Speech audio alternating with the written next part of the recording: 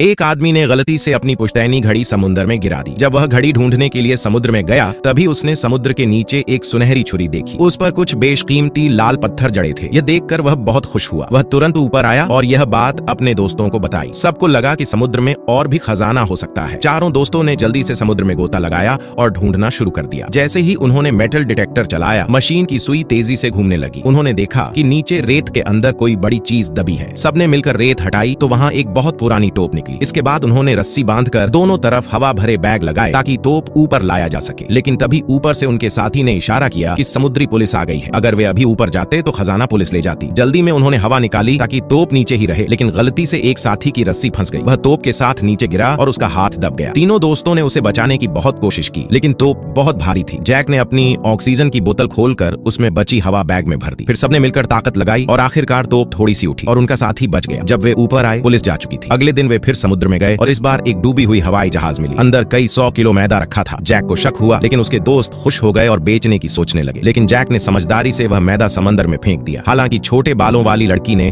चोरी का मन बना लिया था। वह अकेले ही समुद्र में गई और जहाज में घुस गई। वहां उसका ऑक्सीजन पाइप फंस गया। जब सब लोग जहाज पर आए और छोटे बालों वाली लड़की नहीं दिखी तो जैक को शक हुआ। वह तुरंत नीचे गया और उसे बचा लाया। बाद में उन्हें पता चला कि 300 साल पहले एक जहाज इसी इलाके में गायब हुआ था, जिसमें अरबों का खजाना था। सब खुश हो गए और दोबारा जाने का प्लान बनाने लगे। लेकिन रात में वही लड़की और उसका बॉयफ्रेंड फिर चोरी से समुद्र में गए। वहां से मैदा निकालकर उन्होंने लोकल गैंग को बेचने की कोशिश की, पर वो मैदा उसी गैंग का था। गैंग ने दोनों को पकड़ लिया और जैक को फोन किया कि अगर उसने सारा मैदा नहीं लाया तो उसके दोस्तों को मार देंगे। जैक ने मान लिया और फिर से समुद्र में उतरा। इसी दौरान उन्हें वो असली खजाने वाला जहाज भी मिल गया। जहाज में ढेर सारा सोना और गहने थे, लेकिन पहले उन्हें मैदा निकालना था। जब वे मैदा निकाल रहे थे तभी एक शार्क ने लड़की के ऊपर हमला कर दिया। सबने उसे बचाने की कोशिश की, लेकिन उसकी जान नहीं बच पाई। बाद में जैक की नई दोस्त लिसा आई और टीम में शामिल हो गई। डिलीवरी के दिन गैंग वाले फिर से आ धमके। जैक ने अपने दोस्तों को भगा दिया और खुद गैंग के सामने खड़ा हो गया। उसने गैंग को बताया कि समुद्र में अरबों का खजाना है। गैंग वाले खुश हो गए, लेकिन जब वे अपने बड़े बॉस की बोट पर पहुंचे तो वहां पहले से हमला हो चुका था। जैक ने मौका देखकर भागने की कोशिश की, पर गैंग ने उसकी गर्लफ्रेंड लिसा को पकड़ लिया। जैक ने फिर से समुद्र में जाकर गैंग को दिखाने के लिए जहाज का रास्ता बताया, लेकिन उसके दोस्त पहले ही जहाज के अंदर घुस चुके थे और गैंग के लोगों को खत्म कर दिया। अंत